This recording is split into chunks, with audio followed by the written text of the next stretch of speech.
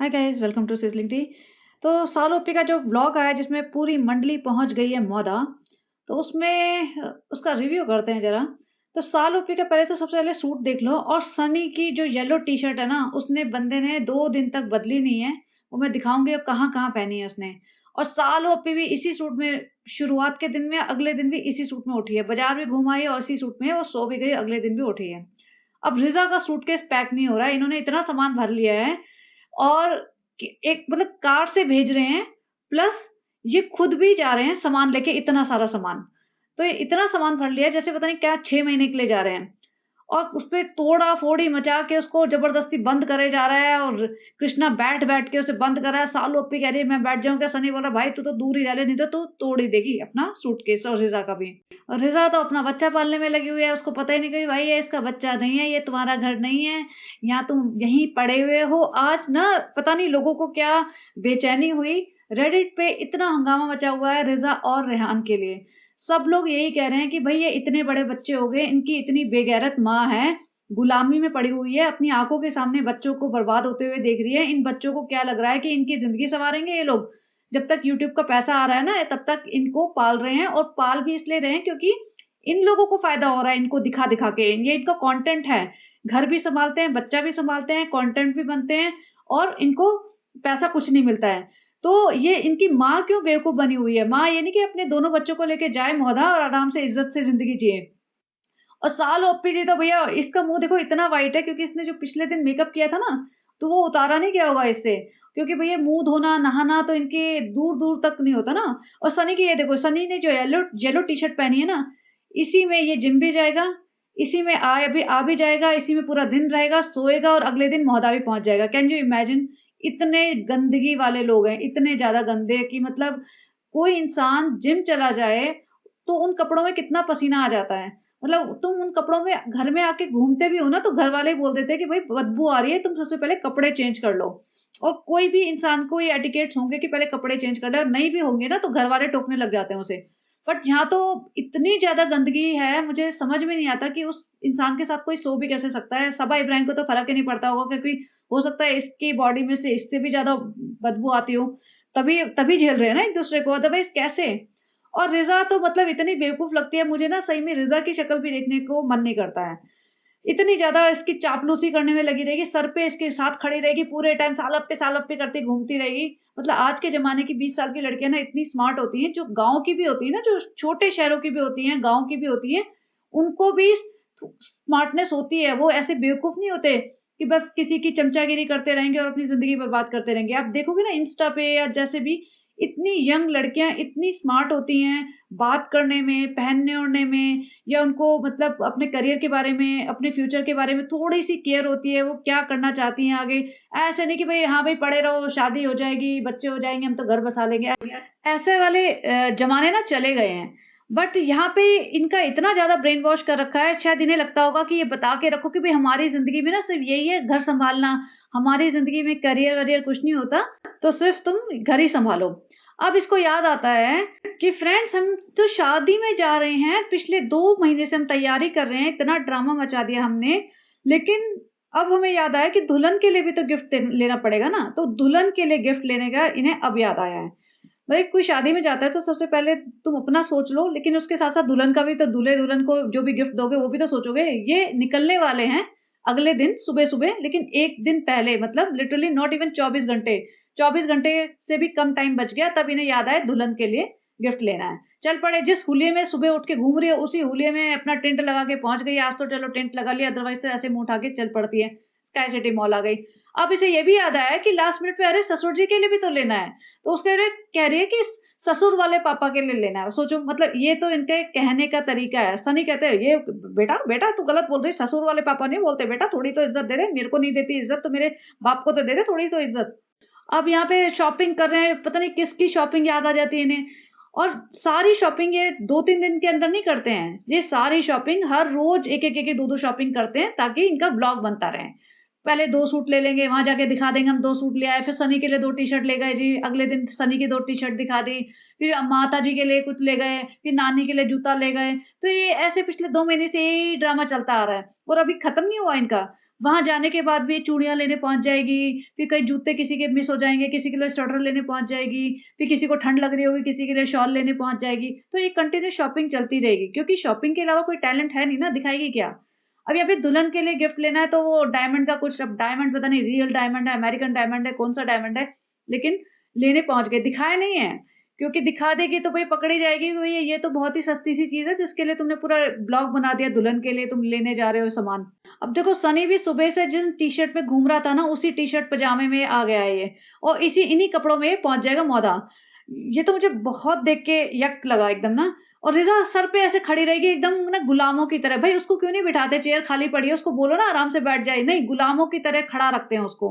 ये इनकी इज़्ज़त है। तभी भी इन्हें दिखता नहीं है। इन्हें लगता है हाँ, बहुत अच्छा लग रहा है, हमें तो सूट, कपड़े, स्टेशनरी का सामान, केक-वेक सब मिल रहा है, हमारी तो ज़िंदगी चल रही है।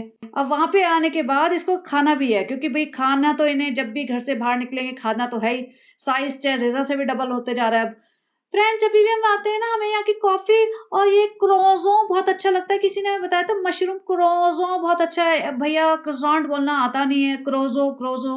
एक ये ननद भाभी दोनों पता नहीं क्या प्रोनंसिएशन करते हैं वर्ड की ना, बेचारे का क्रोज़ो भी शर्मा रहा होगा कि भाई मुझे क्रोज़ो नहीं बनना है, मेरा क्रोज़ॉन्ट ही बने रहने दो। भाई मुझे माफ़ कर दो। लेकिन नहीं, क्रोज़ो खाना है, क्रोज़ो। क्रोज़ो भी बैठा हुआ है सोच रहा है कि भाई मुझे खा के तुम कहाँ से डाइट कर पाओगे?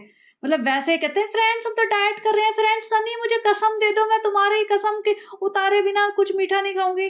और ये कॉफ़ी पी रही है, ये चाय पी रही है, ये जूस पी रही है। उसमें कहाँ से सनी को बेचारे को खड़ा रखते हैं, सनी कसम उतार अब मैं खा रही हूँ, सनी अब कसम चढ़ा दे अब ठीक है। हर 15 मिनट बाद सनी तू कसम उतार मैं ये ठूस रही हूँ। यही चलता है क्या इनका? मतलब ये पब्लिक को बेवकूफ़ बनाते हैं, ये पब्लिक को नहीं अपने आप को बेवकूफ़ बना रहे हैं। अब ये सिर्फ़ अपने आप को बेवकूफ़ बना रहे हैं। नहीं ठूस-ठूस के खा रही है ना। और फिर कहती है फ्रेंड्स हम कहते हैं मोटे नहीं है, हमारी अम्मी कहती है हम मोटे कपड़े पहनते हैं फ्रेंड्स, वो कॉटन का कपड़ा भी हो तभी भी हम उसमें मोटे लगते हैं, चाहे वेलवेट का हो उसमें भी मोटे लगते हैं फ्रेंड्स। हमें पता है आप बहुत ज़्यादा ईगर है, एक्चुअली मैं बहुत ज़्यादा ईगरली वेट कर रही हूँ इसकी शादी वाले आउटफिट का और शादी के अटेंडेंस का।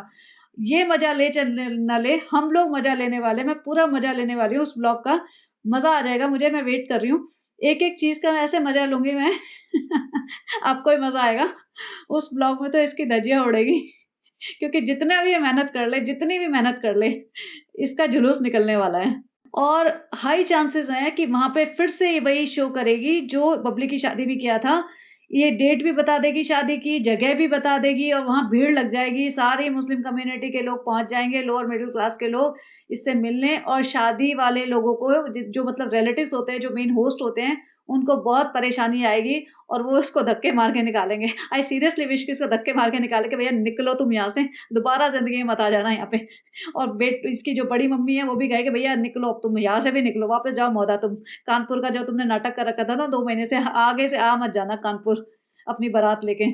अब वापस आके सनी को याद आता है फ्रेंड सालू को अभी-अभी याद आया कि इस बार रिज़ा का बर्थडे मौदा में निकलेगा तो सालू तो पूरा कंटेंट बनाएगी, वैसे उसके व्यूज़ कम हो रहे हैं।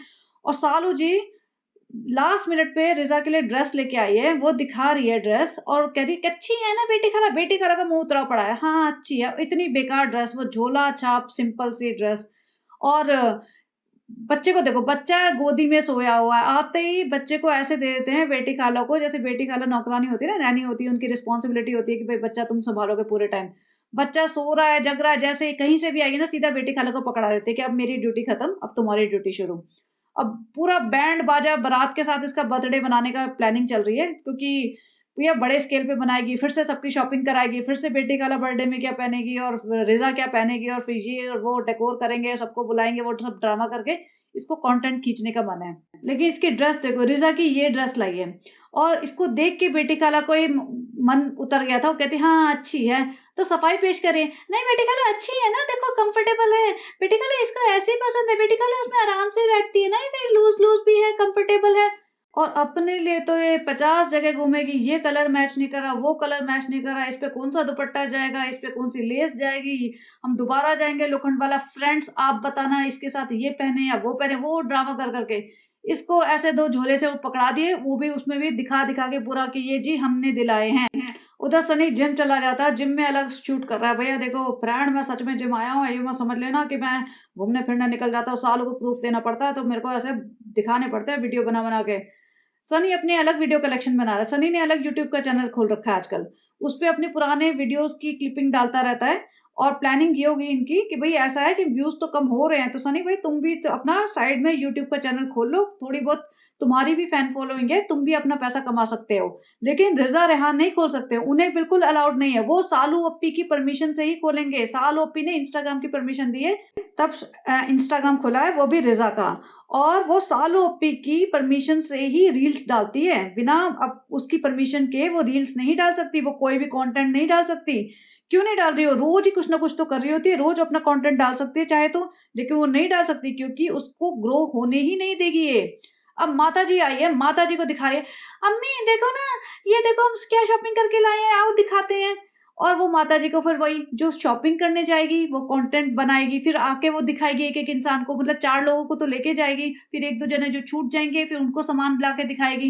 "देखो मम्मी, हम ना हीरे का हार लाए हैं दुल्हन के लिए।"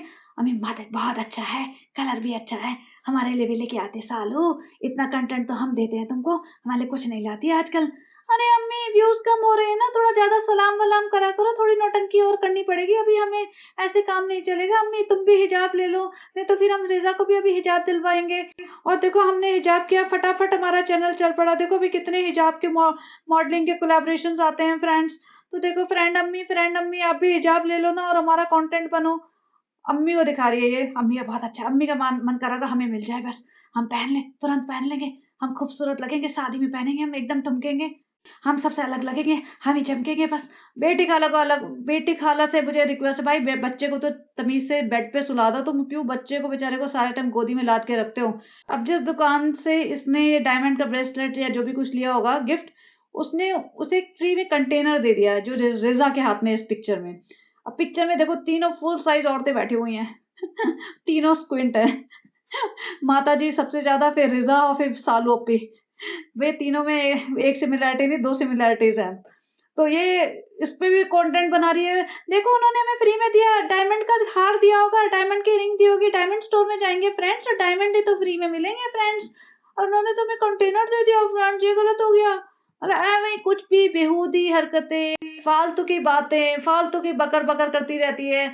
और मतलब इसको ये भी शर्म नहीं आती भाई तुम 35-36 साल के, हो सकता है मे बी शी इज़ 37-38, इतनी बड़ी औरत होके, इतनी मैच्योर औरत हो जाती है इस टाइम तक तो, थोड़ी तो सेंसिबल बातें करे ना, कुछ भी बोलती रहती है और इतना ज्ञान देती है, इतनी बकर-बकर करती है कि पब्लिक भी पकने लगी है। अब यही सब जितनी भी शॉपिंग करके लाई है, वो सूट दिखा रही है, ये अम्मी के लिए, सासू माँ के लिए, ये इसके लिए या उसके लिए, और हो सकता है कोलैबोरेशन वाले सूट उठा के दिखा रही हो, किसको क्या पता। बस इसका कंटेंट है ना, इसको टाइम पास करना है, इसको 18-19 मिनट निकालने होते हैं क्योंकि 5-6 एड्स लग जाते हैं यूट्यूब पे और उसके पैसे मिल जाते हैं इनको, कमीशन मिलता है ना, जितनी एड्स आएँगे उसके हिसाब से तुम्हें पैसे मिलेंगे। अब देखो बच्चा अभी भी सोया पड़ा है और इन्होंने पूरे सामान का स्टैक कर दिया, देखो फ्रेंड्स हमारा इतना सारा सामान है, हमारा तो अभी कार में जाएगा फ्रेंड्स, अभी देखो। और ये कार लेके क्यों जा रहे हैं? मौदा में इसकी खुद की कार है, तो वो कार भी बुला सकते हैं, लेकिन मुझे लग रहा है कि लोग बहुत ज़्यादा है ना, अभी कृष्णा, अम्मी, बेटी खाला, ये वो, माताजी और सबा इब्राहिम अगर पीछे वाली सीट पे बैठ जाती हैं या रिज़ा और सबा इब्राहिम बैठ जाते हैं, तो तीसरा बंदा तो बैठ ही नहीं सकता है। मतलब 2 फुल साइज़ औरतें अगर इनके घर की बैठ जाएँ, तो तीसरा बंदा नहीं बैठ सकता, 3 सीटर सीट वो 2 सीटर बन जाती है। और यहाँ पे ऐसी तैयारियाँ चल रही है कि वो दूल्हा-दुल्हन वाली फैमिलीज़ भी सोच रही होंगी, इतनी तैयारियाँ तो भैया हम भी नहीं कर रहे, ये क्यों इतने पागल हुए पड़े हैं हमारी शादी में आने के लिए। यहाँ पे शादी कर रखी है तो किसी ने इसको मेहंदी भी भेज दी कि लो भैया फ्री में तुम ऐश करो। और यही है इसका रीज़न, क्यों इसने 2 महीने से हंगामा मचा रखा है, शादी, कानपुर में शादी। और जैसे मैंने कहा कि आपको कानपुर में बहुत सारे स्मॉल बिज़नेसेस वाले हैं, इन्होंने इसको कॉन्टैक्ट किया होगा। उन लोगों को ये प्रमोट कर रही है, मतलब इंस्टा स्टोरी पे डाल के 2-4 बार, ताकि वो फ्री में सामान दे दे, फ्री में कोई कोलैबोरेशन कर ले, कुछ-कुछ सामान मिल जाए। या कई लोग इधर-उधर से सामान दे दें कि सूट्स दे दें या ज्वेलरी दे दें, शूज़ दे दें या कुछ भी सामान दे दें कि भई तुम शादी में जा रहे हो तो ये यूज़ कर लेना। तो इस तरीके से ये फ्री का सामान बटोरती है। अब इसको क्यूटीज़ वालों से कोलैबोरेशन भी करना होता है, तो अपना तो इसने पूरा ट्रीटमेंट करवा लिया फेशियल, अब इसको रिज़ा को लेके जाना है। अब रिज़ा इतनी बड़ी लड़की है, सोचो 20 साल की लड़की है, इसको अपर लिप्स एंड आईब्रोज़ करवानी है। मतलब इसकी यूनिब्रो थी जो ऑब्वियसली अच्छी नहीं लगती लड़कियों की, तो उसको भी इसने कंटेंट बना लिया, रिज़ा को यूज़ करके थंबनेल पे इतनी बड़ी पिक्चर लगाई है कि रिज़ा रोने लगी है। नीचे शादी-शादी करी है। तो बहुत सारे लोगों को शायद ये लगेगा कि भैया रिज़ा की शादी हो रही है, इसलिए रिज़ा रो रही है और ये क्लिकबेटिंग होती है। क्योंकि जो रेगुलरली देखते हैं उन्हें तो पता है, लेकिन अचानक से थंबनेल पे लगेगा, जो बहुत दिनों बाद देख रहा होगा या जो नहीं जानता होगा, उन्हें यही लगेगा ना रिज़ा रो रही है और शादी-शादी चल रहा है नीचे टाइटल में, तो इसी लड़की की शादी होगी। तो इतनी मक्कार औरत है ये। और रिज़ा को ऐसे लेटे हुए भी दिखा रही है। देखो मतलब उसका ट्रीटमेंट होना है, जो भी आईब्रोज़ वगैरह का या अपर लिप्स का, तो ऐसे लेटे हुए इंसान को क्यों दिखा रहे हो? वैसे तो तुम इतने रिग्रेसिव और पर्दे में हिजाब और ये सब ड्रामा करते हो। रिज़ा दुपट्टा लो, रिज़ा तुम फुल कपड़े पहनो, रिज़ा तुम ये नहीं पहन सकते, वो नहीं पहन सकते। तो तुम उसको लेटे हुए ऐसे क्यों दिखा रहे हो? क्योंकि इस औरत के लिए कुछ भी इम्पोर्टेंट नहीं है। किसी की प्राइवेसी, किसी का कन्वीनियंस, किसी का कम्फर्ट, कोई भी चीज़ इसके लिए इम्पोर्टेंट नहीं है। ये अपने से छोटा समझती है हर इंसान को जो भी इसके आस-पास है और सोचती है कि मैं उनको पूरी तरह यूज़ कर सकती हूँ, इनको ना कहने का कोई हक नहीं है, कोई मुझे रोक नहीं सकता। तो मैं अपनी मर्ज़ी से चलाऊँगी इन्हें क्योंकि मैं इनका खर्चा उठा रही हूँ। तो बस just because she is taking care of their expenses, she thinks that she has right to expose them, abuse them and exploit them. ये कंटीन्यूअसली ये करी जा रही है। और सबसे बड़े दुःख की बात ये है कि इसके माँ-बाप, इन दोनों बच्चों के माँ-बाप मुँह पे पट्टी बाँध के बैठे हुए हैं और आँखों पे भी पट्टी बाँध के बैठे हुए हैं। अब इस पिक्चर में देखो रिज़ा के नेल्स कितने बड़े हुए हैं। अब नेल्स बढ़ाना अलाउड है बट नेल पॉलिश लगाना अलाउड नहीं है। मुझे तो एक्चुअली समझ नहीं आता, वज़ू नहीं होता ये सब बोलती रहती है, मुझे नहीं पता। लेकिन ये अगर इतना रिग्रेसिव बनते हैं तो ये सब भी करवाना श बहुत लोगों ने ये लिखा है कि ये भी हराम होता है। तो फिर तुम सारी चीज़ें फ़ॉलो करो ना। क्योंकि जो मुस्लिम लड़कियाँ होती हैं वो नेल पेंट वग़ैरह लगाती हैं। हम एक्ट्रेसेस की बात कर रहे हैं, जब बॉलीवुड और टीवी इंडस्ट्री में जो लड़कियाँ हैं या इधर-उधर भी हैं, वो सब नेल पेंट वग़ैरह लगाती हैं। मेरी पाकिस्तानी फ्रेंड है एक, वो ऑब्वियसली मुस्लिम ही होगी। वो नेल पेंट लगाती है, पूरे नेल्स करवाती है और एक्चुअली वो हिजाबी नहीं है बट मुस्लिम है, तो अपनी बाकी चीज़ों को फ़ॉलो करती है, जो अपने कस्टम है, रिलिजन है, वो सबको फ़ॉलो करती है। बट यहाँ पे इतना ड्रामा करते हैं कि ये तो नेल पेंट नहीं लगा सकते, कि वज़ू नहीं होगा, बट आईब्रोज़ करवा सकते हैं, आईब्रोज़ के बाल प्लक करवा सकते हैं और लोगों ने जैसे लिखा कि हराम होता है, ये भी क्यों करवा रहे हो, ये हराम है, तब इन्हें कोई फ़र्क नहीं पड़ रहा। मतलब आधी चीज़ें हराम है तो चल जाएँगी, लेकिन आधी चीज़ों में इतना ड्रामा करना है। अगर तुम्हें हराम और हलाल का ही सबसे बड़ा वो डर है ना, तो सबसे पहली बात तो यूट्यूब पे आना, अपनी प्राइवेट लाइफ़ को दिखाना भी हराम है। तो सबसे पहले इसे बंद करना चाहिए और अगर इसे बंद नहीं करे तो ये रोज़-रोज़ का नाटक ना करे कि इससे वज़ू नहीं होता, तुम नेल पेंट नहीं लगा सकते। ये रिज़ा को कंट्रोल करती है कि तुम थोड़ी-सी भी मॉडर्न ना हो जाओ, कहीं तुम थोड़ी-सी भी इम्प्रूव ना कर लो अपना लाइफ़स्टाइल, तुम थोड़ी-सी भी अच्छी ना लगने लगो, ग्रूम ना कर लो अपने आप को। इसलिए ये कंट्रोल करती है कि गंदे से झोले से कपड़े पहन ले, ऊपर से काला गमछा डाल ले, मिसमैच हो जाए, चाहे मैचिंग करे या ना करे, तेरे हर कपड़े मैं डिसाइड करूँगी कैसे आएँगे। तुम नेल पेंट नहीं लगा सकते, तुम बालों को अपना ट्रीट नहीं कर सकते, तुम फेस पे कुछ भी अपनी आईब्रोज़ वगैरह या अपर लिप्स की थ्रेडिंग नहीं करा सकते। तो मतलब बेसिकली तुम अपने आप को अच्छा नहीं दिखा सकते, तुम पढ़ भी नहीं सकते, क्योंकि तुम फिर हमसे स्मार्ट हो जाओगे, हमसे इंटेलिजेंट हो जाओगे, हो सकता है आगे फ्यूचर में तुम थोड़ा-सा पैसा ज़्यादा कमाने लगो, तुम अक्लमंद हो जाओ, तुम्हारी नौकरी अच्छी लग जाए, तुम्हारी ज़िंदगी अच्छी हो जाए, हमारे से ज़्यादा बेटर हो जाए। लोग कहने लगे कि अरे! ये तो सबा से ज़्यादा अच्छी दिखती है या अच्छे से लाइफ़स्टाइल है इसका, अच्छे से रहती है, तो वो सब ना हो जाए, ये इनसिक्योरिटी है बेसिकली। तो वो सब ना हो जाए इसलिए पूरा इसको दबा के रखा जाता है। और मतलब अब ये उठ के बैठी हुई है, रो रही है क्योंकि ऑब्वियसली पहली बार कराया तो उसे दर्द हो रहा होगा, तो वो भी पूरा इसने शूट किया है कि भई रो रही है। मतलब किसी को रोते हुए दिखाना इनके लिए बड़ा मतलब अच्छा लगता है इन्हें। भाई अपने माँ-बाप को रोते हुए दिखाएगा, ये सबा इब्राहिम अपने पूरे खानदान में से कोई भी रो रहा होगा, सबसे पहले मुँह पे कैमरा डाल देगी, भई रो रही है ये, सबसे पहले रोते हुए को दिखा दो, उसके ऊपर रोते हुए को ही हम थंबनेल में चिपकाएँगे, पब्लिक से सिम्पैथी पाएँगे और पब्लिक हमें देखेगी और पैसा मैं अल्टीमेटली कमा लूँगी, रिज़ा को तो कुछ नहीं मिलने वाला उसमें से। और यहाँ पे सफाई पेश कर रही है, रिज़ा बहुत अच्छी लग रही हो, रिज़ा करवाया करो। भाई वो करवाएगी तो तब ना जब तुम उसको अलाउ करोगे, जब तुम उसे करवाने दोगे, तुम थोड़ा-सा उसको टाइम दोगे। ये सर पे बैठी रहती है, हर चीज़ की परमिशन लेनी पड़ती है इन लोगों को और मुझे समझ नहीं आता, बार-बार मैं यही कहती हूँ कि इतनी गुलामी ये क्यों कर रहे हैं? अब सनी उधर बैठ के होटल की बुकिंग कर रहे हैं कानपुर में। इन्हें कल निकलना है कानपुर के लिए, मौदा के लिए, 1 आध दिन हो सकता है मौदा रुक के फिर ये कानपुर जाएँ। लेकिन अब होटल की बुकिंग भी लास्ट मिनट पे अगेन इन्हें लग रहा होगा कानपुर वाले वेट कर रहे होंगे कि ओह सालो अप्पी जी आएँगे, हम तो फ्री में होटल दे देते हैं। इसीलिए लग रहा होगा कोई कोलैबोरेशन में फ्री में मिल जाएगा, वो लोग अपने आप ही से कॉन्टैक्ट कर लेंगे, लेकिन वो हुआ नहीं। तो लास्ट मिनट पे होटल की बुकिंग कर रहे हैं। उसमें कह रही है फ्रेंड्स हमें तो मिल नहीं रहा है, फ्रेंड बहुत शादियाँ हैं, फ्रेंड्स ये और फ्रेंड्स वो, तो हमें बहुत अच्छा नहीं मिला, तो हमें जो भी मिलेगा उसी से काम चला लेंगे। ये एक पैचअप है। ये सब झूठ बोलने का तरीका है इसका। क्योंकि भाई रुकता है अच्छे स्टाइलिश थोड़े से 5 स्टार टाइप होटल में रुकता है जनरली। दिल्ली वो गया हुआ है रेहान को लेके, अब रेहान को भी देखो लास्ट मिनट पे खींच के ले गए। रेहान को नहीं भेजना चाहते थे इन लोगों के साथ, तो शोएब भाई रेहान को ले गए अपने साथ। अब वहाँ पे रेहान के साथ वो अच्छे रिज़ॉर्ट और अच्छे होटल में रह रहे हैं। वो बात और है कि रेहान को, निक को धर्म दादा के साथ एडजस्ट कराया गया है। रेहान के लिए कोई रूम नहीं है स्पेशल, रेहान को सर्वेंट की तरह ट्रीट करते हैं वो लोग भी। लेकिन सबा इब्राहिम दिल्ली में किस होटल में लेके गई थी आप सबको पता है। एक छोटे से रूम में अलग-अलग फोल्डिंग डाल के 2 सिंगल बेड थे और 2 फोल्डिंग डले हुए थे। उसपे ही वो चारों लेडीज़ एक ही रूम में छोटे से रूम में फँसी हुई थी। और सालू अपी ने अपने लिए पूरा स्वीट ले रखा था जिसमें पूरा बेड था और बड़ा-सा स्पेस था जिसमें चेयर और सोफ़ा वगैरह लगा हुआ था। तो सालों पे इस तरह से तो ट्रीट करती है अपनी मोदा मंडली को। अब यहाँ पे भी इसने ये देखा है कि भैया भाई तो अच्छे होटल में रह रहा है, अब मैं इनको अच्छे होटल में रखूँगी तो मेरा खर्चा हो जाएगा, तो मैं पहले ही बोल देती हूँ कि मिल नहीं रहे तो फिर जो भी मिलेगा उसी में एडजस्ट कर लेंगे। भाई मिल तो सब जाएगा, तुम पैसा खर्च करो, एक से एक चीज़ मिल जाएगी।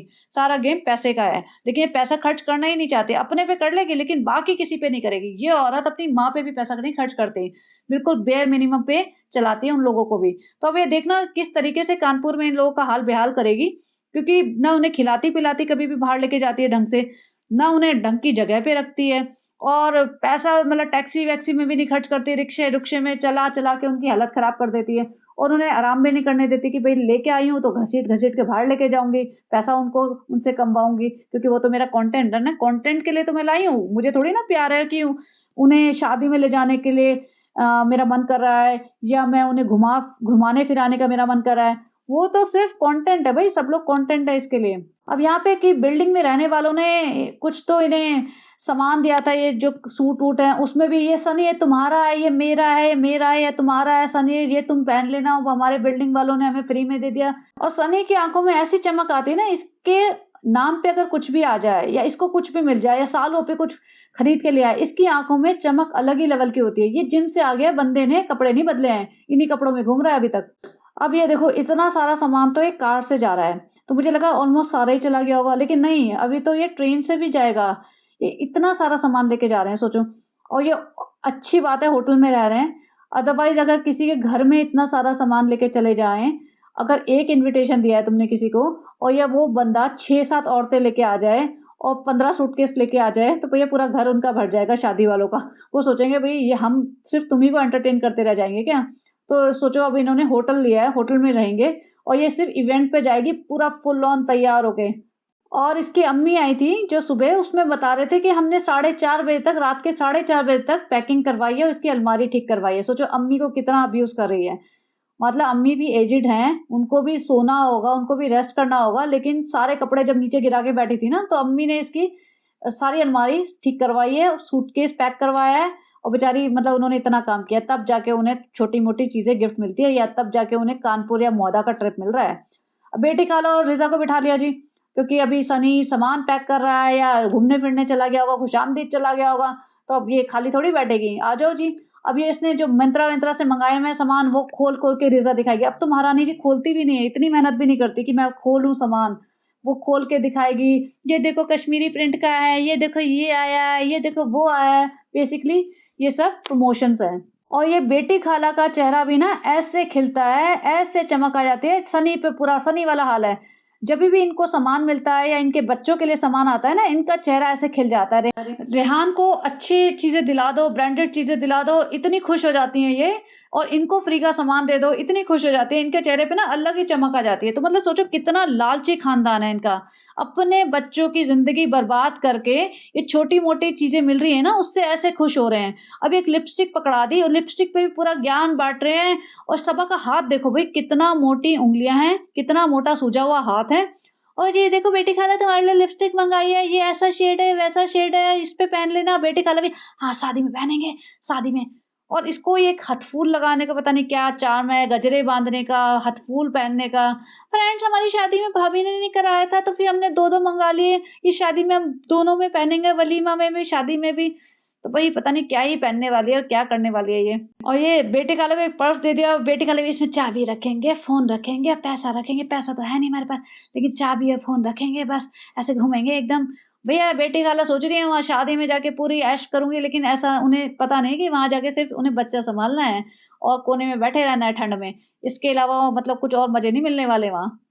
अब यहाँ रिज़ा अपना सामान पैक कर रही है, तो जाके उसके बैग पे और उसके सामान पे इसने जो कैमरा मारा है और दिखा रही है कि रिज़ा अपना सामान पैक कर रही है और उसने मेडिसिन्स के ऊपर पूरा मतलब कैमरा रखा है। तो अब आप देख लो कितनी मतलब लीचड़ औरत है। ये रिज़ा की मेडिसिन्स दिखा रही है कि भैया रिज़ा को इतनी प्रॉब्लम्स है, रिज़ा इतनी सारी दवाइयाँ खाती है। भाई कभी तुम अपनी प्रॉब्लम्स भी बता दिया करो, क्योंकि दूसरे की प्रॉब्लम्स बताना तो बहुत आसान है। अपनी कितनी बीमारियाँ हैं, तुम्हें कितनी प्रॉब्लम्स है वो भी बताओ ना। अपनी नहीं बताती है ये, दूसरों को एकदम एक्सपोज़ कर देती है। ये नेक्स्ट डे की बात है कि फ्रेंड्स नेक्स्ट डे हो गया, हम वही गंदे दुपट्टे और गंदे सूट में उठे हैं, इसी में सोए थे, इसी में हम कल मॉल गए थे, इसी में पूरा दिन घूम रहे थे और इसी में हम उठ के अभी हम मौदा जाने की तैयारी कर रहे हैं। अब यहाँ पे देखो इतने सारे पराठे-वराठे बने हुए हैं, मुझे लगता है बेटी खाला की रेल लगी होगी, बेटी खाला ने ही बनाए होंगे और तो कोई बनाने ही नहीं वाला। जो इनकी मेड आती है उसको तो छुट्टी दे दी होगी उन्होंने 1 एक्स्ट्रा दिन की, कि आज तो हम निकल रहे हैं, आज ही मत आ जाना। और बेटी खाला को लगाया होगा काम पे, या बेटी खाला, रिज़ा दोनों लग जाओ काम पे, पराठे बनाओ 50-60।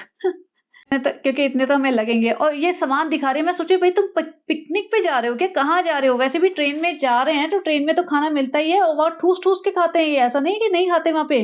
देखिए इतना सामान लेके जा रहे हैं कि हर 2 घंटे बाद इन्हें चढ़ना है। और ये ऐसा नहीं, फ्रेंड मैं बहुत गुस्सा हो रहा हूँ, फ्रेंड मैं सब लोग लेट कर रहे हैं, फ्रेंड सालू लेट कर रहे हैं, फ्रेंड मैं तो तैयार हो गया, मेरा मतलब है मुझे क्या तैयार होना है, फ्रेंड मैं तो सिर्फ जुम्मे के दिन नहाऊँगा, फ्रेंड मैं तो तैयार होके ही सोया था, फ्रेंड मैं तो ऐसे 3 दिन से ऐसे ही तैयार होके घूम रहा हूँ, फ्रेंड चल नहीं रहे, जल्दी नहीं कर रहे, मेरा मायके जाना है, फ्रेंड ये इनको जभी भी मेरे मायके जाना होता है तभी लेट करते हैं, फ्रेंड इनकी चाल है, सालू की चाल लग रही है, धीरे-धीरे चल रही है, देखो फ्रेंड मोटापा ज़्यादा बढ़ गया है इसको, इसको मैं खूब वॉक कराऊँगा फ्रेंड।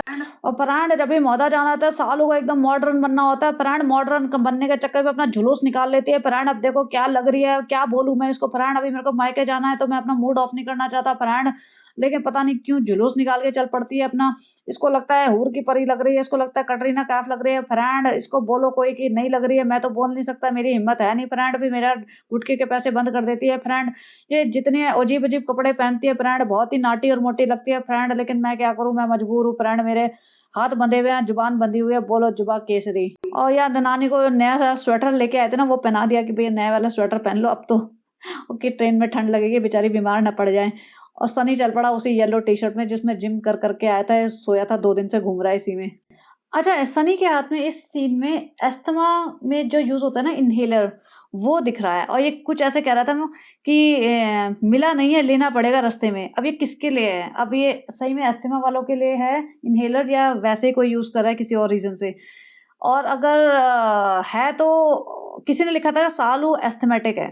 भई हो भी सकता है, सालू अप्पी को कई बीमारियाँ हैं और ये पहले ही बोल चुके हैं, सनी को पता था हमें, हम बीमार हैं, हमें कई बीमारियाँ हैं, बहुत सारी दवाइयाँ लेनी पड़ती है, बहुत ट्रीटमेंट चल रहा है हमारा, लेकिन तभी भी सनी को हमसे मोहब्बत थी और उसने हमसे शादी कर ली। तो ये अपना नहीं कभी बताते कि मुझे क्या प्रॉब्लम है। रिज़ा की दवाइयाँ फटाफट दिखा देते हैं, रिज़ा को डायबिटीज़ है वो दिखा दिया, रिज़ा को पीसीओएस है वो दिखा दिया, लेकिन अपना नहीं बताएगी। और ये इन्हेलर है किसका ये क्यों नहीं बताया इन्होंने? अगर इन्हेलर दिखा रहे हैं, तो क्यों नहीं बता रहे हैं? और ये अपने पिताजी से मिलने नहीं गई, हमेशा जाती थी अपने पिताजी को बाय-बाय करने कैमरा उठा के, अब नहीं गई। अब बच्चा सो रहा है, बच्चे को लिया और पहुँच गई ये सीएसटी स्टेशन और सनी दिखा रहा है, देखो प्राण ये रियल मुंबई, प्राण ये मैं पहली बार आया हूँ, मुझे तो अभी मीरा रोड के स्टेशन वाली मुंबई असली मुंबई लगती थी, अब पता चला असली मुंबई तो सीएसटी वाली है, प्राण पता नहीं ये क्या हमें धोखे में रखते थे, प्राण बोलते थे हम मुंबई के रहने वाले हैं प्राण, लेकिन ये तो मीरा रोड में रहते हैं, मीरा रोड मुंबई में नहीं है प्राण, आज पता चला ये है असली मुंबई। और यहाँ भाभी जी अलग आई हैं सी ऑफ करने, भैया हाँ जी जा रहे हो अच्छा से रहना वहाँ 2-3 महीने 4-6 महीने रह के आना, साल भर रहना, हमेशा वहीं रहना, वापस मत आ जाना, बस हमें सुकून यही मिलेगा अगर तुम वहीं रहोगे तो भाभी जी तो खुश है कि चलो भाई निकलो यहाँ से। अब देखो भैया माता जी की हालत, यहाँ रेलवे स्टेशन आते आते माता जी गहरी नींद में सो चुके हैं, मतलब इनकी ना सबका लाइफस्टाइल ऐसा है कि रात को बहुत लेट सोते हैं, रात को नहीं अर्ली मॉर्निंग सोते हैं, 4-5 बजे सोते हैं और ये दिन में दोपहर के 2 बजे तक सोते रहते हैं। तो ये इनकी ट्रेन थी 4:30 बजे की, ये खुद ही बता रहा था 4:30 बजे की ट्रेन है, फ्रेंड लेट हो गए, फ्रेंड लेट हो गए। अब सालू अप्पी की घड़ी में आप टाइम देख सकते हो, 3:15 बजे, 3:11 हो रहे हैं। तो 3 बजे माता जी बेचारी गहरी नींद में सोई पड़ी हैं, वो और ये ट्रेन में बैठे हैं ना, तो ट्रेन में बैठते इन्होंने खाना खाना शुरू किया है और ये बोला है कि फ्रेंड बहुत तेज़ भूख लग रही है, हमने नाश्ता भी ठीक से नहीं किया था। सोचो मतलब समझ जाओ कि इन्होंने नाश्ता किया ही क्या होगा, हो सकता है करे ही नहीं होगा, भूखे-प्यासे चल पड़े हैं और ये हमेशा से यही होता है, जभी भी ये ट्रेन पकड़ते हैं ना, चाहे ये खुद पकड़े, अभी तो चलो माताजी भी है, बेटी खाला भी है, कभी-कभी ये सनी और सबा भी जा रहे होते थे ना, तो इनको भूखे ही निकलना पड़ता था। कोई इनके घर खाना बनाने के लिए, इनको खिलाने के लिए या कुछ होता है ना पैक करके छोटा-मोटा दे दो, कोई नहीं होता था। ये सब ऐसे निकल जाते हैं, ज जिस हाल में होते हैं उसी हाल में निकल जाते हैं कि बाहर ही खाना पड़ेगा, बाहर ही खाएँगे। इनके घर कोई वो रिवाज ही नहीं है कि भई घर से खाना खा के चलो थोड़ा कि भई बाहर जाके इतना बुरा हाल ना मचे कि तुम बस कुछ भी मिले और ठूसने में लग जाओ।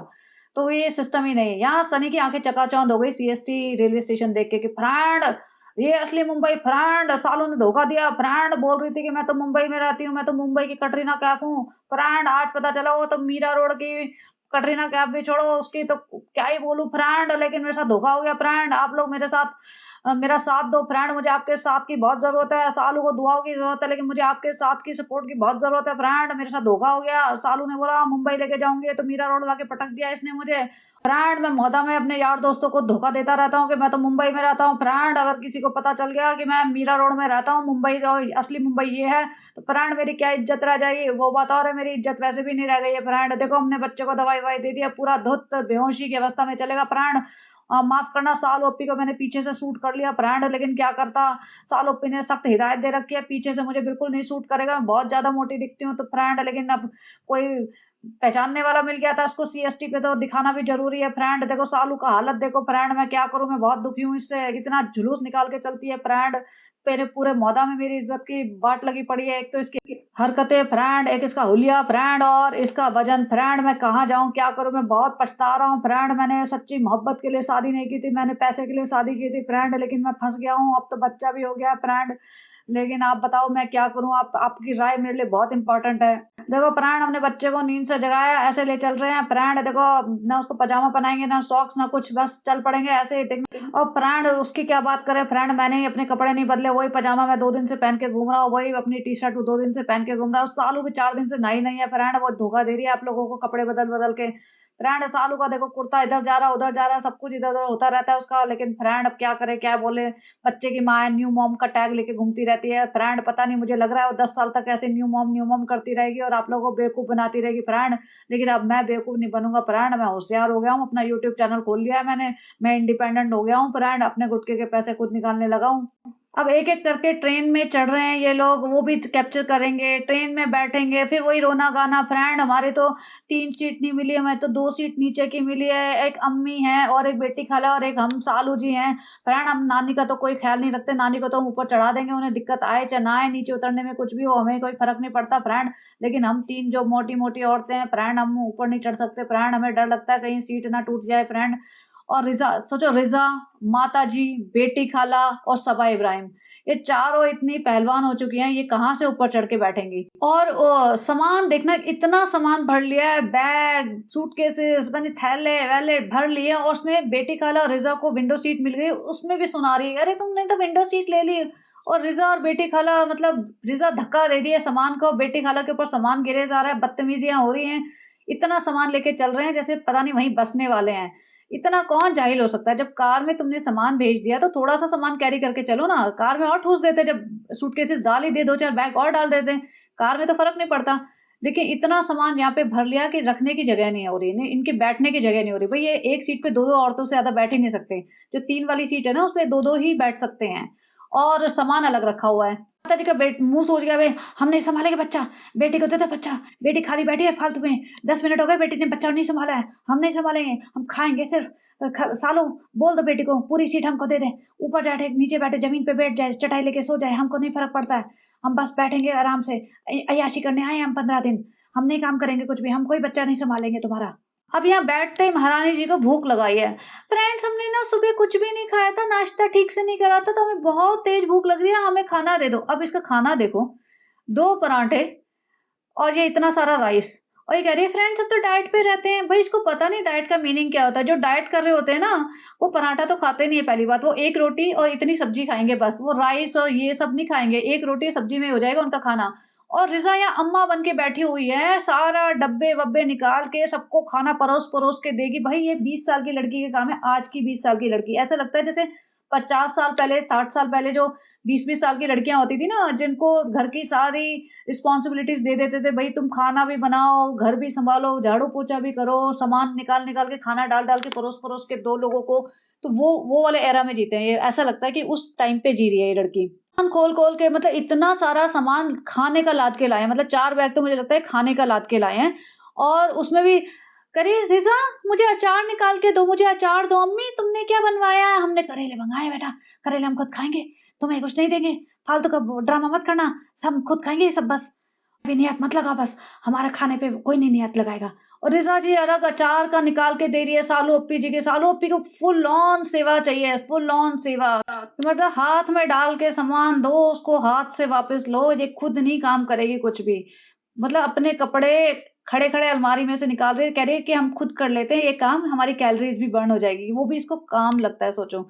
भैया साँस लेना भी इसके लिए थोड़ी देर में काम हो जाएगा कि फ्रेंड्स हम साँस लेते-लेते थोड़ी-सी कैलोरीज़ बर्न हो जाएगी हमारी। सुबह-सुबह 5 बजे पहुँचे, सबको उठा दिया, चलो जी उतरो, आ गया झांसी, एक्साइटमेंट एक्साइटमेंट ऐसा लहर दौड़ रही है। रिज़ा ऊपर बैठी हुई है, सोचो रिज़ा को ऊपर से उतारा जाएगा। और सनी सनी एकदम चहक रहा है। भाई सनी येलो टी-शर्ट देख लो, वही येलो टी-शर्ट में घूम रहा है। इतना सारा सामान, कृष्णा की अलग नौकरी है, कृष्णा सारे टाइम चलता रहता है इन्हीं के साथ बिना सोचे-समझे। अब भाभी जी ने इसको हैदर के लिए वार्म वन्सी होता है ना जैसे फ्लीस का, वो दे दिया था कि वहाँ नॉर्थ में बहुत ठंड है, इसके काम आ जाएगा। तो इस बहाने इस हैदर कम से कम प्रोटेक्टेड तो रहेगा ठंड से। अदरवाइज़ तो भैया इनके पास उसके लिए भी कपड़े ढंग से नहीं थे। कुछ भी रैंडम लेती रहती है लेकिन टाइम पे इसके पास पहनने के लिए कुछ नहीं होता। इसने अम्मी जी को तो अपनी एक जैकेट दिलवा दी लेकिन बेटी खाला को जैकेट नहीं दिलवाई, रिज़ा को जैकेट नहीं दिलवाई कि भई उनको भी तो लाद के लेके जा रही है, उनको भी तो ठंड लगेगी नहीं। बाकी से अम्मी-अम्मी को दिला दी टोपी और जैकेट्स, लेकिन बाकी लोगों के लिए ठंड के लिए कोई सामान नहीं दिलाया इसने। वैसे अन्नदाता बनी हुई है सबकी ये भैया, पूरी मौदा मंडली की अन्नदाता मैं हूँ, मैं सबका खर्चा उठाती हूँ, मैं सबको सँभालती हूँ। अब देखो बेटी खाला और रिज़ा के पास जैकेट्स वगैरह नहीं है ऐसी कोई वार्म। अब ये निकल रहे हैं, कोई सब्सक्राइबर मिल गया तो वही उसके साथ खड़े होके फ़ोटो-वोटो खिंचानी है पूरा, ये नहीं कि उसके साथ फ़ोटो खिंचानी है, इसको अपने आप को भी शूट करवाना है कि भई मेरे को शूट करो। कृष्णा कृष्णा आगे निकल गया होगा ना, उसको बुलाएगी वापस से, "आजा कृष्णा वापस।" बाकी सब लोग थक रहे हों, परेशान हो रहे हों, लेट हो रहे हों, नहीं, नहीं, भई मेरी शूटिंग हो जानी चाहिए, मेरे को किसी ने पहचान लिया है। जाके वही सेम ड्रामा वहाँ, चाय पीने का ड्रामा, चाय पीनी है, कुल्हड़ वाली चाय पीनी है। भाई किसी ने लिखा था तुम और तुम्हारी भाभी सारे दिन चाय, चाय, कुल्हड़ वाली चाय करते रहते हो, तुम कुल्हड़ वाली चाय की एक टपरी खोल लो वहाँ पे कहीं पे, वो चल जाएगी सारे टाइम में अपने, नहीं तो अपने सैंडस्टोन बिल्डिंग के सामने खोल लो, तुम ही पीते रहना माँ-बेटी नंद सारे मिलके, अपना पूरा खानदान जो इब्राहिम फैमिली है ना, सारे दिन वही तुम लोग पीते रहना सारा टाइम, चाय पीनी है हमको चाय, कुल्हड़ वाली पीनी है हमको कुल्हड़ वाली। अरे अम्मी कुल्हड़ वाली तो मिली नहीं, जो मिल रही है वही पी लो ना। ये मौदा आ गई ना, अब इसकी ना आवाज़ में कितना फ़र्क आ जाएगा। ये ऐसे मिमियाने लगेगी। जो ये मुंबई में जो आवाज़ निकालती है ना, वो नहीं निकलेगी। इसकी ऐसे शर्मीली, घबराई हुई, परेशान सी ऐसे धीरे-धीरे आवाज़ निकलेगी जैसे मतलब नई नवेली दुल्हन हो ना। अब ये अचानक से रास्ते में रुक जाते हैं, पहले भी इसने किया था 2-3 साल पहले ये रास्ते में रुक गए, जो ये पार्टीशन सा है ना ये लोहे वाला, इसको कूद-फांद के ये रिवर देखने गई थी, वो ड्रामा मचाया था, 3-4 बंदे और भी थे उस टाइम। अब ये इसने कूद-फांद के ये पार्टीशन तो क्रॉस नहीं किया क्योंकि अब इसके बस की बात नहीं है। और यहाँ पे रास्ते में रुके हुए हैं, ऐसे व्लॉगिंग करवा रहे हैं रोड पे, बीच रोड पे रुकना सेफ भी नहीं होता था, लेकिन इन्हें कोई फ़र्क नहीं पड़ता भई। और बाकी अंदर वाले लोग बेचैन हो रहे हो कि भई घर चलो, ये क्या ड्रामा मचा रखा है। लेकिन इन्होंने पूरा ड्रामा करना है, यहाँ पे पूरा तमाशा मचा रखा है इन्होंने रोड पे, मिड रोड पे। फ्रीवे टाइप रोड है ये, ऐसा नहीं कि कोई छोटी रोड हो। अब यहाँ पे पहुँच गए बेटी खाला के घर। बेटी खाला के घर ऐसा नहीं कि ड्रॉप कर दिया बेटी खाला को, भई बेटी खाला के साथ ही आए हो तुम, तो बेटी खाला के घर अंदर घुस के वहाँ बैठ के और टाइम बर्बाद करने का क्या फ़ायदा है, राइट? वैसे भी शाम तक तो बेटी खाला के घर पहुँच ही जाएगी। लेकिन इसे अंदर जाते हुए नहीं दिखाया, लेकिन डेफ़िनेटली जब ये उतरी है, बच्चे को लेके उतरी है, यहाँ तक आ गई है तो अंदर गई होगी और टाइम स्पेंड किया होगा इसने। क्योंकि इसका वैसे भी ससुराल जाने का मन करता नहीं है कभी। तो ये यहाँ पे उतर गई है, ये बच्चा भी सो रहा है, बच्चा भी डिस्टर्ब होएगा, उसे बार-बार उतारोगे, बार-बार चढ़ोगे, कार में बैठोगे, तो बच्चा भी डिस्टर्ब होएगा। लेकिन नहीं, फिर भी उतरी है, माताजी अलग गई है, माताजी अच्छा लग रहा है, बेटी के घर आके बहुत अच्छा लग रहा है, बेटी ने हमारे घर बहुत खाना खाया, बेटी अपने घर खिलाएगी हमें। अब फिर वहाँ से निकलने के बाद वो पार्ट शूट नहीं किया, लेकिन जब उसका मन भर गया होगा, जब वहाँ से निकलने की तैयारी हुई होगी, तब सनी बैठा है दोबारा इसको ले जाने के लिए। कृष्णा भी भैया जहाँ सालू अप्पी जाएँगी वहीं तो जाएगा। कृष्णा का तो मन कर रहा होगा कि मैं बेटी खाला के घर ही रुक जाऊँ, कहाँ मैं सनी के घर में पड़ा रहूँगा, क्योंकि उन लोगों से तो थोड़ा कंफर्टेबल भी है। लेकिन नहीं, इसको जाना तो पड़ेगा ही जहाँ सालू जी जाएँगी, क्योंकि सालू जी के मुँह पे कैमरा मारना है ना बार-बार। तो यहाँ पे इसने व्लॉग खत्म कर दिया, क्योंकि अभी माता जी का रिएक्शन तो अगले व्लॉग में कैप्चर करेंगे ना। माता जी भागी-भागी आएँगी, "आ गई प्यारी बिटिया, ला हैदर दे दे मुझे, अब दूर हो जा तो जहाँ मर्ज़ी जा, बेटी खाला के घर पड़ी रहे, हमको कोई फ़र्क नहीं पड़ता, हमको हमारा हैदर दे दे, हमको सिर्फ़ हैदर से प्यार है, तुमसे प्यार नहीं है प्यारी बेटी।" और वो हैदर का हुआ वेलकम, फिर वो फूल पत्ते सजे होंगे, फिर वो बैलून लगे होंगे, फिर वो ड्रामा मचेगा, वो अगले उसमें आएगा। फिर से वही सब, हैदर का हुआ सेकंड टाइम वेलकम। अभी सेकंड टाइम, थर्ड टाइम चलता रहेगा जब तक मौदा में है, 10-10 लोगों के घर धक्के खाती रहेगी, नए-नए रिश्तेदार ढूँढती रहेगी उनके घर, अपने हैदर का और अपना वेलकम कराती रहेगी। सेम रिपीट मोड पे इसके ब्लॉग्स चलने वाले हैं। और अब बात करते हैं भाई साहब की। तो भाई साहब जी तो भैया ताजमहल घूमने गए थे, ताजमहल घूम-घाम के भाई साहब जी पूरा इतना बड़ा डीप क्लीवेज दिखाते हुए बातें करते हैं, एकदम झुक-झुक के, फ्रेंड देखो गाइस, फ्रेंड नहीं फ्रेंड सालू बोलते हैं मेरी बहन, मैं बोलूँगा गाइस। तो गाइस हम अब जा रहे हैं दिल्ली, तो दिल्ली से पकड़ेंगे हम ट्रेन वापसी की। तो मुझे लगा था ये कानपुर जाने वाला है, बट ये कानपुर नहीं गया है। और मैं सोची थी अगर ये कानपुर जाएगा तो इसके पापा तो अकेले रह जाएँगे, क्योंकि अम्मी भी नहीं है और बाकी लोग भी नहीं है, तो फिर देव भैया के साथ अकेले रह जाएँगे। तो वैसे जनरली छोड़ते नहीं है इतना अकेला, तो ये वापस मुंबई पहुँच गए हैं, सभा के निकलने से पहले, क्योंकि तभी भाभी जी आई थी ना उनको सी ऑफ करने। तो ये दिल्ली गया है और दिल्ली से ट्रेन होगी वापस दिल्ली टू मुंबई, तो ये खुशामदीद गया है। अब भाभी जी खुशामदीद नहीं गई और ये बोला गया कि देखो रूहान की बैटरी डाउन है, तो अब हम ये दीपी रेस्ट करेगी, रूहान को सोएगा और फिर मैं फटाफट खुशामदीद होके आता हूँ, बहन का रेस्टोरेंट है, जाना तो बनता ही है। और ये दिल्ली मतलब 8-9 बजे, 10 बजे के आस-पास की बात है, उसके बाद इन्हें सुबह की शायद ट्रेन पकड़नी होगी, जैसे भी है। तो जनाब रेहान को लेके खुशामदीद गए और अंदर पूरा घूम फिर के आए, और जो भी है इनके जो जॉन भाई हैं वो सब तो ऑब्वियसली पहचानते जानते हैं इन्हें, तो अच्छे से टूर वूर कराया, खाना-वाना इन्होंने खाया और दिखाया कि भैया रेस्टोरेंट इतना भी नहीं चल रहा जितना आप लोग सोच रहे हो, आधे से ज़्यादा रेस्टोरेंट खाली पड़ा है और पूरा टूर वूर दे दिया। लेकिन क्वेश्चन ये है कि दीपिका क्यों नहीं गई? और जहाँ तक मैं सोचती हूँ ऑब्वियसली कि दीपिका और सबा में कोई प्यार मोहब्बत ऐसा रह नहीं गया है, वो सबको दिख रहा है। सबा इब्राहिम की गलती इसमें यही है कि भाभी जी की वजह से वो उसका आज नाम हुआ है। उसने ग्रेटफुल होना तो छोड़ दो, कभी ये एहसान मानना कि भई आपकी वजह से हम हैं, ये तो बहुत ही दूर की बात है। वो भाभी जी और भाई को हमेशा ताने मारती रहती है, वो उन्हें एक्सपोज़ करने के चक्कर में रहती है, जो कि बहुत ही शर्म की बात है, बहुत ही ज़्यादा शर्म की बात है। क्योंकि अगर कोई भी इसके काम आएगा ना कभी ज़िंदगी में इसको ज़रूरत पड़ गई कि कोई मेरे साथ खड़ा हो जाए, तो शायद मुझे लगता है दीपिका और शोएब ही खड़े होंगे और कोई नहीं होने वाला। माताजी, पिताजी तो ऑलरेडी बुज़ुर्ग हैं, उनके हाथ में ना पावर है, ना पैसा है, ना उनमें मतलब जैसे कहते हैं ना फिज़िकल एनर्जी बची है। पिताजी तो बेचारे पेशेंट टाइप ही हैं।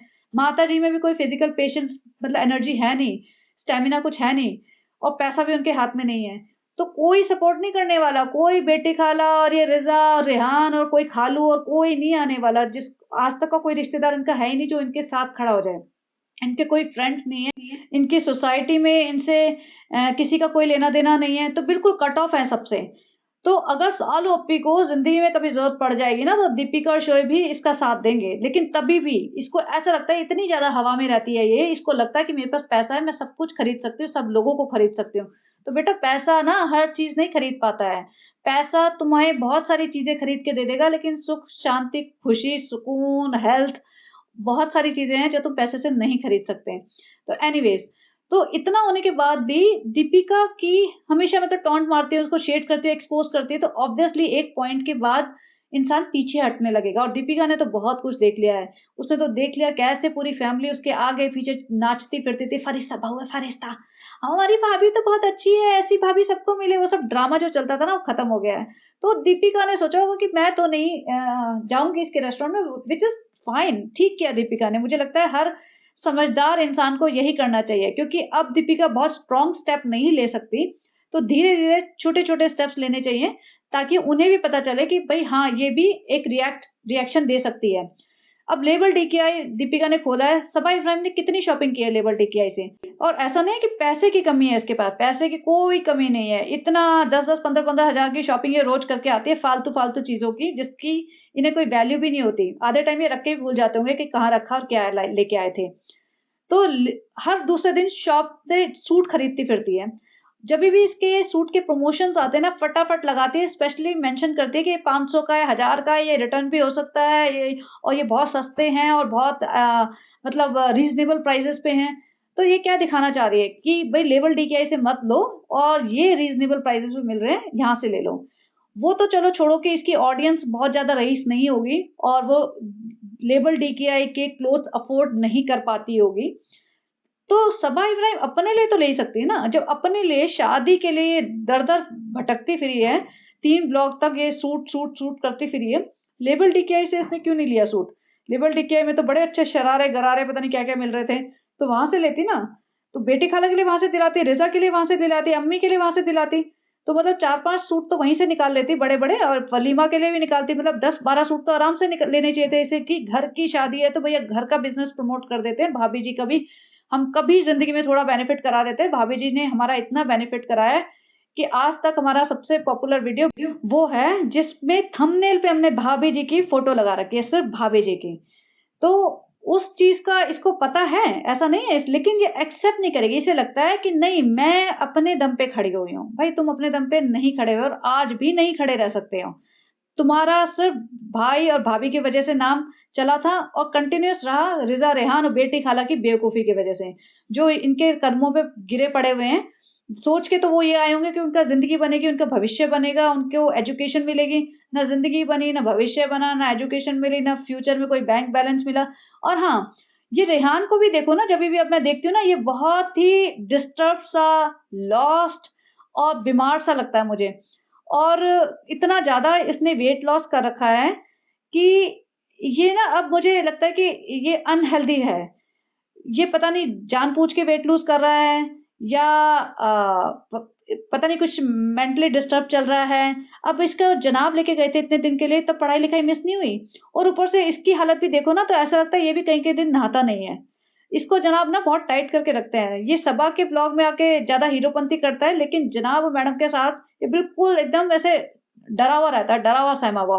और जनाब मैडम भी ना इसको बिल्कुल इसको औकात में रखते हैं, बिल्कुल जैसे सर्वेंट्स के तरह ट्रीट करते हैं। भले ही कभी-कभी दिखाएँगे कि नहीं मेरा भाई है, लेकिन वहीं उन्हीं के साथ बैठ के खाना खाएगा, उन्हीं के साथ उन्हीं के रूम में सोएगा।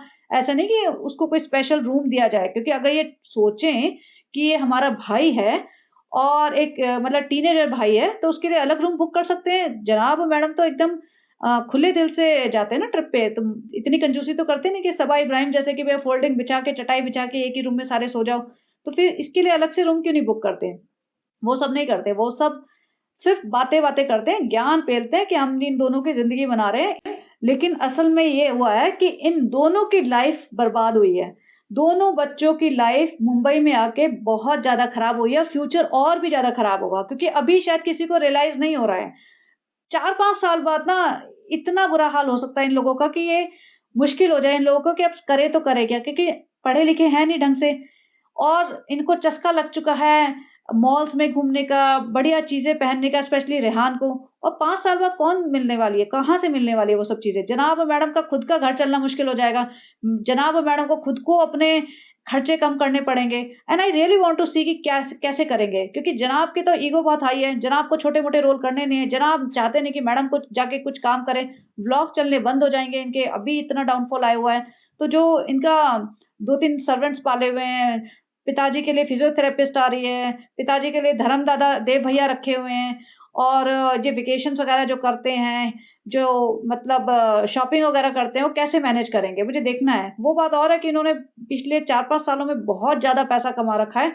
अगर इन्होंने कहीं ऐसी जगह इन्वेस्ट कर रखा हो, जहाँ से रनिंग इनकम कंटिन्यूअसली आती रहे और क्योंकि इन्होंने ऐसा बताया नहीं है व्लॉग्स में, लेकिन हो सकता है क्योंकि अच्छा इसी बात से याद आया मुझे, फराह खान ने कहा है अभी कि उसने इनसेन अमाउंट ऑफ पैसा कमाया है यूट्यूब से और उसे यूट्यूब पे आए हुए सिर्फ़ 1 साल हुआ है।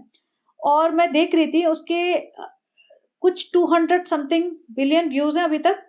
फराह खान के जो वीडियोज़ हैं उस पे अच्छे खासे व्यूज़ आते हैं। ऑब्वियसली वो डायरेक्टर है, किसी भी बड़े से बड़े एक्टर और मतलब जो भी टीवी आर्टिस्ट हैं, उनके घर में जाके उनके पूरा घर का टूर लेके, उनसे बातें करके, उनके किचन में घुस के वो सब व्लॉग बना लेती है और सब लोगों को अच्छा ही लगता होगा क्योंकि इतनी बड़ी डायरेक्टर है आ रही है, तो सबको लगता होगा हमें हमारी भी तो नेटवर्किंग हो रही है। लेकिन मैंने देखा सबा इब्राहिम के व्यूज़ उससे डबल हैं। तो आप सोचो कि जो डायरेक्टर तो करोड़ों में कमाते होंगे। अ, वो ये कह रही है कि मैंने इनसेन अमाउंट ऑफ पैसा कमाया है 1 साल के अंदर। तो आप सोचो सबा और शोएब ने कितना ज़्यादा पैसा कमाया होगा। शोएब ने सबा की शादी में जो पैसा बनाया था मतलब हस्बैंड वाइफ दोनों ने, उसमें 7-7, 8-8, 10-10, 12-12 मिलियन व्यूज़ आए थे एक-एक वीडियो पे। तो आप सोच सकते हो हस्बैंड वाइफ ने कितना ज़्यादा पैसा कमा रखा होगा सिर्फ़ व्लॉगिंग पे। तो हो सकता है इन्होंने कहीं ऐसी जगह इन्वेस्ट कर रखा हो, प्रॉपर्टीज़ ले रखी हों, रेंटल कुछ इन्होंने सेटअप कर रखे हों, जो ये बताते नहीं है व्लॉग्स में। बट आप ये देखो कि सबा इब्राहिम ने फराह खान से डबल व्यूज़ है उसके ओवरऑल। तो इसने कितना पैसा कमा रखा है और इसके व्लॉग्स अभी भी चलते ही जा रहे हैं, मिलियन-मिलियन तो अभी भी आ रहे हैं। मतलब किसी दिन 800 900 के पे रुक जाता है, तो 2 दिन बाद वो 1 मिलियन पहुँच जाते हैं। तो अभी भी इसके हर वीडियो पे मिलियन व्यूज़ आते ही हैं और ये कम्युनिटी के नाम पे ही चल रही है। अगर ये इस कम्युनिटी को बिलॉन्ग ना करके किसी और कम्युनिटी की होती और ये हिजाब-विजाब वाला ड्रामा ना चल रहा होता, तो इसके व्यूज़ अभी तक बहुत कम हो चुके होते क्योंकि कंटेंट तो कुछ भी नहीं है। कंटेंट वही रिपीट होता रहता है। अब वहाँ जाके देख लेना वही होएगा। सबा इब्राहिम की सासू माँ आएँगी और खुशी होंगी, सबके चेहरे पे वो कैमरा डालेंगे, रिएक्शन लेंगे, फिर वो फैज़ी आ जाएगा, फिर वो बैठ के खाना, चाय, फिर बेटी खाला के घर जा रहे हैं, फिर बेटी खाला के घर से आ रहे हैं, वो हैदर रो रहा है, हैदर जग गया, हैदर को हम ये खिला देते हैं, रुखसाना बाजी दिखा देंगे, ससुर जी दिखा देंगे 2 सेकंड के लिए और सनी अपने दोस्तों में जा रहा होगा, सनी कब आओगे? सनी हमें बेटी खाला के घर छोड़ दो, अम्मी कैसी हो? ये सब चलता रहेगा और पब्लिक वही देखती है, देखती रहेगी। तो चलिए किसको ब्लेम करें? जब पब्लिक ही नहीं मानेगी तो फिर क्या ही कर सकते हैं। तो ये था इसका ब्लॉग, काफ़ी लंबा हो गया, कल तक इसका ब्लॉग आ जाएगा, बहुत डेस्परेट होगी चाह तो ये रही होगी कि मैं हर रोज़ डालूँ, क्योंकि भई एकदम शादी वाली बात है, शादी के लिए तो वैसे ही बहुत डेस्परेट रहती है, कभी-कभी इसको इन्विटेशन आते हैं शादी के, तो ये भुनाना चाहती है हर एक मोमेंट। तो चलिए देखते हैं इसका शादी वाला ब्लॉग या जो भी अभी दिखाएगी एंड मिलते हैं, बने रहिए, have a great day, bye bye.